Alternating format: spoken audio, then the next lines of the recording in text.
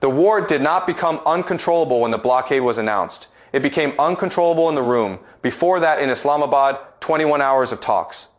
The highest level direct contact between the United States and Iran since 1979. And when those talks ended, Washington acted as if Iran had sabotaged diplomacy. I do not believe that. I believe the failure was built into the American position from the start.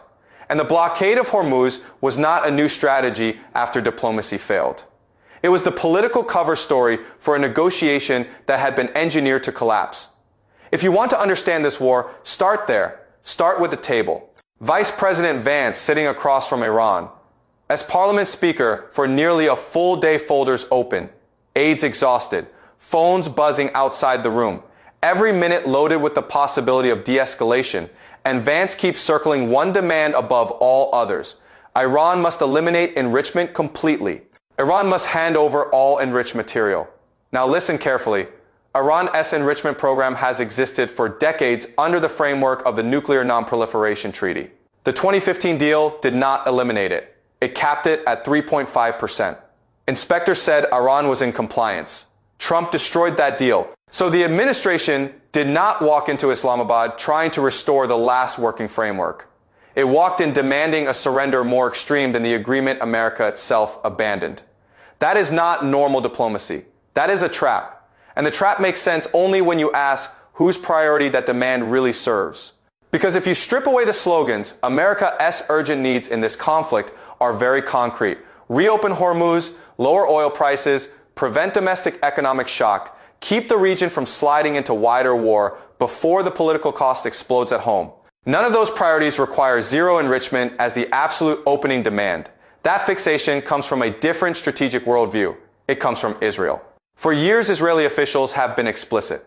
A sanctioned Iran under pressure is preferable to a stronger Iran with sanctions removed, cash flow restored, and strategic breathing room. So when Vance turned the Islamabad talks into a test of zero enrichment, he was not protecting America's shortest path out. He was importing Israel's longest, standing red line into a room that was supposedly about de-escalation. And then the sabotage became visible to everyone. While American negotiators were in that room, Netanyahu publicly declared that the campaign against Iran was not over. At the same time, Israel kept bombing Lebanon. Buildings came down, civilians were killed. That timing matters because Iran had already stated clearly that a regional ceasefire, including Lebanon, was condition number one for a broader settlement. So imagine the message Tehran received on paper. America says it wants a path out. In practice, its ally keeps expanding the violence in the exact theater Iran said had to stop first. What conclusion was Iran supposed to draw? That Washington controlled the process. The conclusion was the opposite. That Washington was either unable or unwilling to restrain the actor most committed to keeping the war alive. That is not a basis for trust. That is a basis for breakdown. And once that breakdown happened, the administration needed a way to convert diplomatic humiliation into the appearance of resolve. That is where the blockade comes in.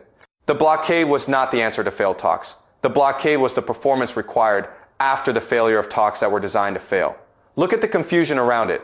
Trump described a complete blockade, all in, all out, absolute. Then CENTCOM described something narrower, something more selective, something that sounded less like an all. Encompassing closure and more like a targeted interdiction focused on Iranian port traffic. Those are not minor wording differences. Those are different realities. One terrifies every shipper and every government. The other is still dangerous, but more limited. And when the president and military command are not describing the same operation, the world prices the worst case. That is exactly what happened. Oil moved above $104 a barrel. Warnings appeared about a loss of 7 million barrels of crude a day and another 4 million barrels of refined products. American consumer confidence hit the lowest level ever recorded in the University of Michigan survey. Let me repeat that. Not the lowest of this administration, the lowest ever recorded. And that happened before the blockade had fully tested its consequences. This is why I keep saying the conflict is no longer being managed politically. It is being managed emotionally. A humiliating negotiation collapses. A maximalist response is announced. The details contradict one another. Markets do the analysis in real time. And the first victim is not Tehran. It is the American public, Iran. As Parliament Speaker understood that instantly, he responded with a social media message about gas prices near the White House, Some people dismiss that as propaganda. I did not. Because in a war like this, mockery is often just compressed structural analysis. Iran has lived under sanctions for 47 years. 47, its economy has endured suffocation for almost half a century. America has not prepared its society for prolonged economic pain in a contest over Hormuz. Iran has. That does not mean Iran is invulnerable. It means the first order political pain of a blockade lands harder, faster, and more chaotically on Washington than on Tehran. And when a coercive policy hurts the coercer faster than the target, the clock starts running against the coercer immediately. Now, add the alliance problem. Because once the blockade was announced, the next question was simple. Who is with America? Britain refused. Trump talked as if British support existed. London said no. Australia said it had not even been asked. NATO did not line up behind the move. The European Union did not line up behind it. No Gulf monarchy publicly committed warships. Instead, Britain started building a diplomatic coalition of more than 40 countries focused on reopening the strait without the American blockade framework. That is a detail many people will miss. It was not merely that allies hesitated. They began organizing around a different concept entirely. So the United States was not just standing alone. It was being routed around. That is one of the clear signs of strategic decline. Not when allies openly defect in dramatic fashion. When they quietly start solving the crisis without you. Then comes China.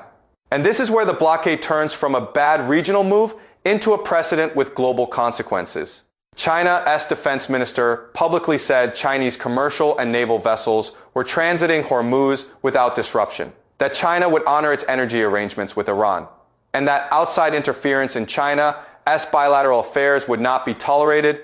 Again, diplomatic language. Yes, but unmistakable meaning, our ships are moving. You are not the only power with interest in this strait. And China reportedly paid transit tolls in yuan. That matters, because this war is also testing whether energy transit in one of the world's most important waterways can begin slipping out of the dollar zone under pressure. A blockade that was supposed to display American dominance risks accelerating financial decentralization instead. Then the military layer surfaces. American intelligence says China is preparing new manpads transfers to Iran. Trump himself described a shoulder-fired heat, seeking missile taking out the engine of an American F-15.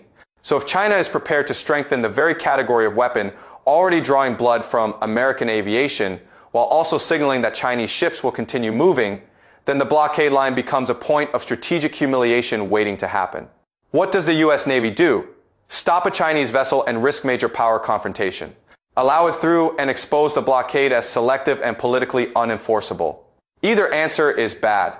And there is a still deeper consequence. If America normalizes the logic that a naval power can blockade a crucial strait to impose political terms, Beijing will remember that when Taiwan becomes central, precedents created in one crisis do not stay there. They travel. Now, let me widen the frame again, because Iran is not playing on one maritime board. It has escalation options America cannot mirror cleanly. Iranian officials warned that vessels approaching the strait under blockade logic would be treated harshly and decisively. More importantly, they spoke about untapped leverage. I hear in that phrase the outline of a second maritime theater, the Bab el-Mandeb, the southern gate of the Red Sea. The Houthis sit on that route. Another 12 to 15% of global trade touches that artery. So if Washington tries to solve Hormuz with pressure while ignoring the wider network around Iran, Iran can answer by stretching the maritime crisis westward. Then it is no longer a question of higher prices. It is a question of disappearing flows, oil refined products, fertilizer, food, insurance, shipping confidence. Everything begins to seize. That is how regional crises become global system events. And in the background, Russia smiles. Russian exports do not depend on Hormuz in the same way Gulf energy does. As Gulf flows tighten or even appear threatened, Russian barrels become more valuable. This war was already enriching Moscow. The blockade promises to reward it further. So here is the grotesque result. A negotiation was structured around an Israeli maximalist demand. The failure of those talks led to an American escalation. That escalation isolates America from allies, strengthens Iran's leverage, dares China to create a precedent, and likely enriches Russia. If you wanted a more efficient machine for producing advantages for America's principal rivals, it would be difficult to design one. This is why I do not see the blockade as strategy. I see it as the political psychology of humiliation. Trump cannot present a failed negotiation as failure. He cannot present rejection as rejection, so he must convert it into theater. A stronger pose, a louder threat, a more dramatic maritime move. But the louder the pose, the more obvious the contradiction. Because if the urgent goal was always to reopen Hormuz, why is Washington now participating in its closure? If the urgent goal was to stabilize energy markets, why choose the one move guaranteed to terrify them? If the urgent goal was allied coordination, why launch something allies immediately declined to join? At some point, the answer becomes impossible to avoid. The move is not being selected for strategic coherence. It is being selected because it looks forceful after a diplomatic embarrassment. That is how declining powers trap themselves. They begin choosing actions for how they photograph politically rather than how they function structurally. And structure always gets the final word. So what happens? I think the blockade weakens faster than its defenders expect. Domestic political pain rises fast in America because fuel prices are not abstract. They hit drivers, trucking, farming, food costs, inflation expectations, and mood. That is poison in an election cycle. I think a visible external breach of the blockade happens sooner than Washington wants, most likely under some form of powerful protection or umbrella that the United States does not want to confront directly. And once that happens, the whole world understands the blockade is not a rule. It is a bluff with exceptions. After that, adaptation begins. Workarounds, flags, financial channels, diplomatic routes, and finally, I think history will record the blockade not as the moment America regained control, but as the moment its lack of control became undeniable, because the sequence is too clear. The war strengthened Russia's revenues. The talks revealed that Israel's priorities were driving the American negotiating position. The blockade isolated Washington more than Tehran, and China saw in real time how American pressure can be turned into precedent. That is not victory. That is inversion. So let me end with the hardest judgment. When a state says it wants escalation but structures its negotiation around a demand guaranteed to fail, then answers that failure by adopting a move that hurts itself faster than its enemy. We are no longer watching a rational campaign with setbacks. We are watching a power that has started to confuse motion with strategy. And that confusion is fatal. Because once an empire begins punishing itself in order to prove that it can still punish others, it has reached a very dangerous phase. It is no longer leading events. It is being dragged by its own image needs through events it can no longer control. That is what this blockade really is. Not a masterstroke, not a show of strength, a cover story for a collapsed negotiation and a warning that the people making decisions in Washington are now reacting to humiliation faster than they are reacting to reality.